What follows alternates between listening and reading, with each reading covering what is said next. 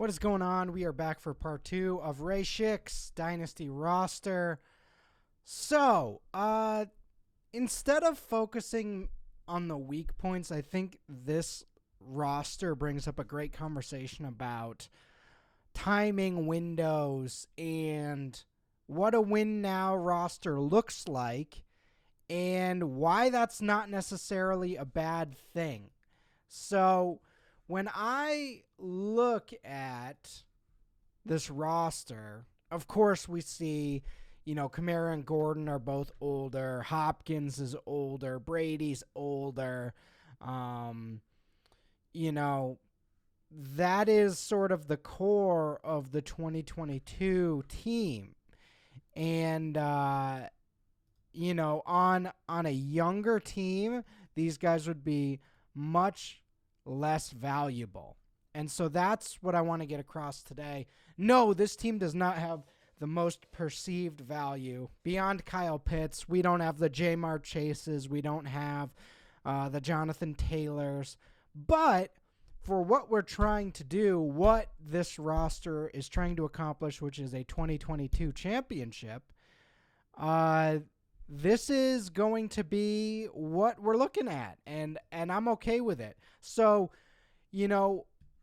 because this team's win window is this year, I'm not going to be as harsh as I would be some of the other rebuildy rosters. I'm not going to be like, get Alvin Kamara off this team, get Hopkins off this team now.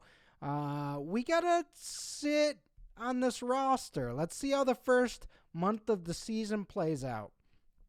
Maybe we get a little schedule luck. Maybe that defense, which the IDP, based on what Mike Dempsey said, maybe the IDPs are going to carry this team. Maybe Kyle Pitts really does break out in a huge way.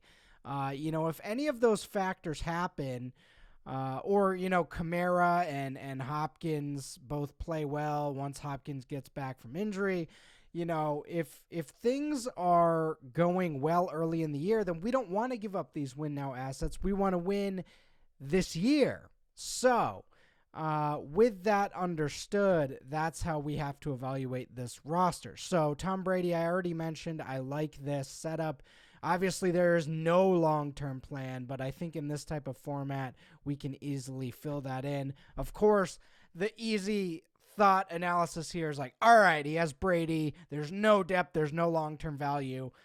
But our scope is 2022 and maybe 2023. Who knows? Maybe Brady plays another year after this. So I definitely don't mind that, but you'd love to see a younger quarterback there once we start this rebuild, which may be starting next year.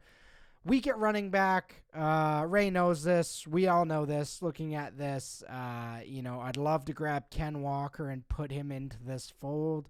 He'd be a nice mix of handcuffs with Gordon, Madison, and him for year one, and year two and beyond. Maybe he's part of that rebuild where he's, Rashad Penny's gone next year, and he's sort of the featured back in Seattle, who's hopefully going to have a better situation for themselves with, some draft picks and other good stuff going on. So, weak running backs, but we're really gunning for this year. So, we do have some nice handcuffs in Gordon and Madison, and, if we can add Ken Walker with that first-round rookie pick, delightful. Wide receivers. So the wide receivers are kind of going against our win now build with, Hopkins being suspended and Godwin being hurt. That's why I say if we can survive this first month of the year with Mooney, Renfro, and this mishmash combination below them, I think we're good to make a run. Godwin's a nice long-term asset, as is Mooney. They're not the youngest, but they are nice young assets who should sustain value. Mooney has real upside in that offense. He's the only guy that's really shown high upside. So like that, I think Palmer, Davis, Collins, Landry Marshall are all interesting handcuffy type wide receivers. Landry more so for the early part of the year. But, with the cuts, this is going to be difficult. And that's where, in the final grade section, I'll put who I would be keeping with this build. But, this is going to be fun, especially after the rookie draft where we're going to be adding a nice second-round pick here. And, so it should be good. Going to be some tough cuts here. 21-man roster league, dynasty leagues are going to be some tough cuts, especially in this IDP format. So I think that must be part of the appeal and why this has lasted for 17 years, as Ray mentioned, because there are going to be some tough decisions. There's going to be a juicy waiver wire at the beginning of the year. So that leads us into this, where we have too many tight ends behind Kyle Pitts. You made that trade for Dalvin Cook, and I saw you mentioning maybe dropping Tommy Tremble in the email.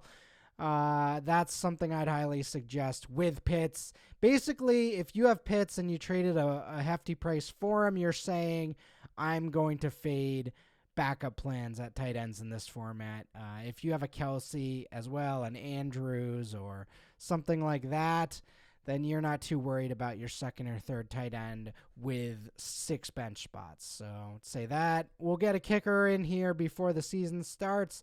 Not too worried about that, though. And then, shout out to Mike Dempsey, Ray. He loves your defenders here. So that's a great spot. Overall, again, this is going to be a different rating system because we're looking at a win now build. If we're just looking purely from an asset standpoint, I don't love this. But, when the time comes to rebuild, it will come. And, maybe we can survive with only maybe a 1-year real rebuild. Or maybe we can just trade these win now assets after the season to kind of revamp here. So that's my thoughts. Again, from a long-term asset standpoint, this is a weak roster, but from a win now, we're going for it this year. I like the build, and I think we have a good shot to be a contender this year. So maybe add a little more depth at running back. Add Ken Walker. Let's go, Kenny. Hopefully you got a bunch of Rashad Penny fans in your league there. So that's the goal there. And honestly, maybe 207. I don't know where Rashad White's going at this point in rookie drafts, but he was gettable there a few months ago. All right, that's it. Next, we're on to the final grade. I will see you on the other side.